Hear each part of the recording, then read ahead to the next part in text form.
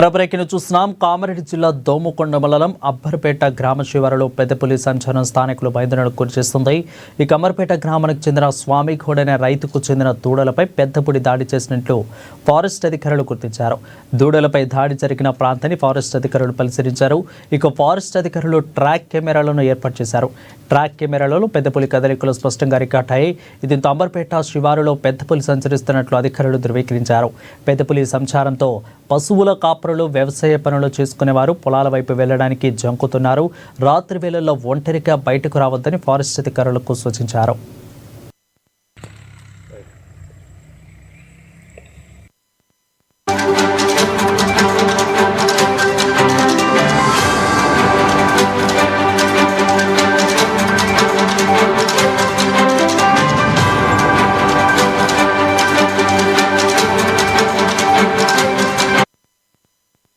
ఇక కామారెడ్డి జిల్లా దోమకొండ మండలం అంబర్పేట గ్రామ శివారులో పెద్ద పులి సంచారం స్థానికులను భయాందోళనకు గురిచేస్తుంది.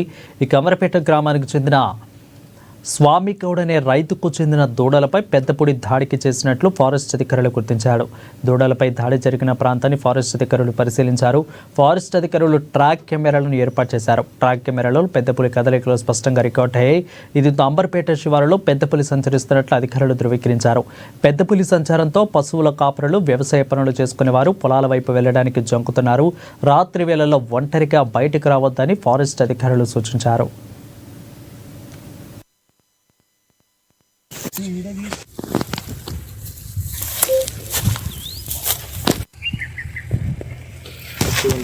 రెండు లేగదూడలు వేరే వేరే చోట్ల హతమార్చండి.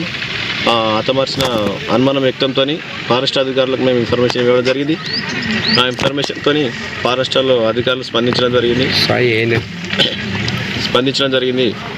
లేగదూడలు చనిపోవడంతో మాకు చాలా బాధాకరం అనిపించింది. ఫారెస్ట్ అధికారులకు మేము సమాచారం ఇస్తే వాళ్ళు వచ్చి సీసీ కెమెరాలను బంధించడం జరిగింది. సీసీ కెమెరాల మేరకు పెద్ద పులి అని మాకు నిర్ధారణ జరిగింది.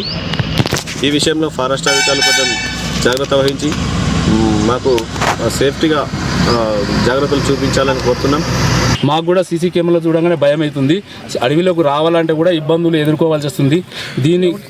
దీన్ని సక్రమించి కొంచెం అధికారులు తొందరగా దాన్ని స్పందించి దాన్ని జాగ్రత్తలు తీసుకొని దాన్ని తొందరగా పట్టుకోగలరని మా గ్రామస్తులు అందరము మేము ఎదురు చూస్తున్నాము. దాన్ని తొందరగా చేపట్టగలరని మేము కోరుకుంటున్నాము. బోన్ గిట్ ఏమైనా ఏర్పాటు చేశారు ఇప్పటి వరకు అయితే ఏం లేదు సార్. మాకు చెప్పారు చేస్తామని. సీసీ కెమెరా కూడా ఫిట్ చేశారు.